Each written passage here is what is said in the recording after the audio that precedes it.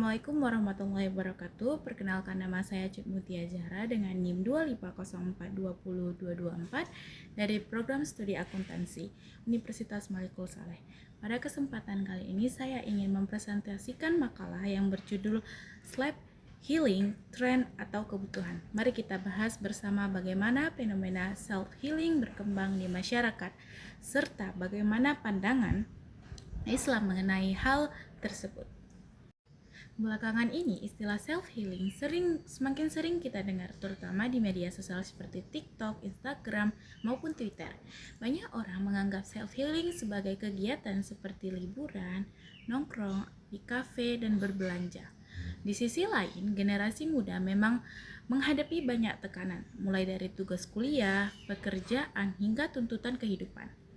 Kondisi tersebut dapat menyebabkan stres, cemas, bahkan burnout.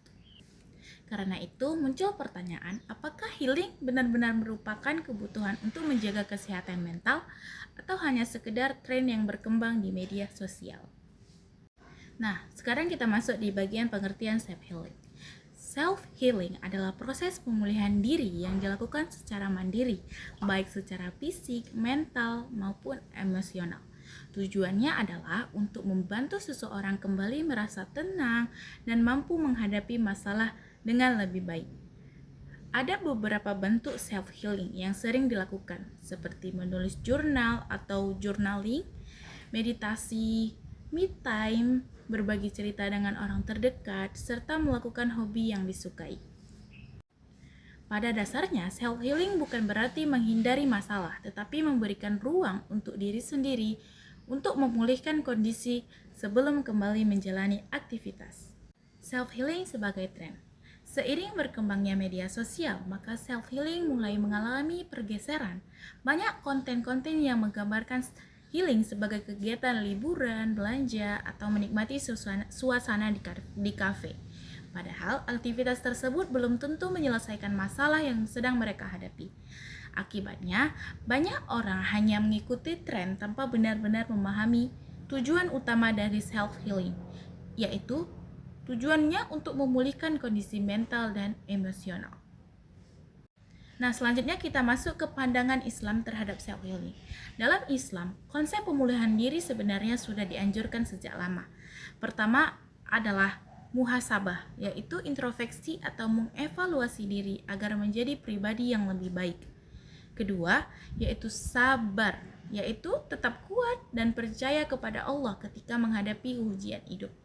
Yang ketiga adalah zikir, karena dengan mengingat Allah, hati akan menjadi lebih tenang. Sebagaimana dijelaskan dalam Al-Quran, surah Ar-Ra'd ayat 28. Hal ini menunjukkan bahwa Islam mengajarkan pemulihan diri yang tidak hanya bersifat psikologi, tetapi juga spiritual. Titik temunya, menurut saya, self-healing bukan hanya tren, tetapi juga merupakan kebutuhan setiap manusia. Namun, cara melakukannya harus tetap sesuai dengan tujuan utamanya, yaitu memperoleh ketenangan batin, bukan hanya sekedar mengikuti gaya hidup. Sebagai contohnya, nih di kehidupan saya, ketika saya merasa banyak tugas dan mulai stres, saya mencoba meluangkan waktu untuk sholat, berzikir, dan menghubungi orang tua saya yang ada di kampung halaman. Hal sederhana tersebut membuat saya merasa lebih tenang dan lebih siap untuk kembali menyelesaikan pekerjaan, yaitu tugas-tugas saya tersebut. Nah, dari makalah yang saya buat ini dapat kita simpulkan bahwa self-healing merupakan proses pemulihan diri yang sangat penting bagi kesehatan mental. Meskipun saat ini sering dijadikan tren di media sosial, kita tidak boleh melupakan makna yang sebenarnya dalam Islam. Pemulihan diri ini dapat dilakukan melalui muhasabah, zikir, sabar, sehingga ketenangan yang diperoleh tidak hanya bersifat sementara, tetapi juga memberikan kedamaian hati. Semoga kita semua dapat memaknai self-healing ini dengan bijak dan menjadikannya sebagai cara untuk mendekatkan diri kepada Allah. Terima kasih atas perhatiannya teman-teman. Selebih dan kurangnya saya mohon maaf. Saya akhiri. Wassalamualaikum warahmatullahi wabarakatuh.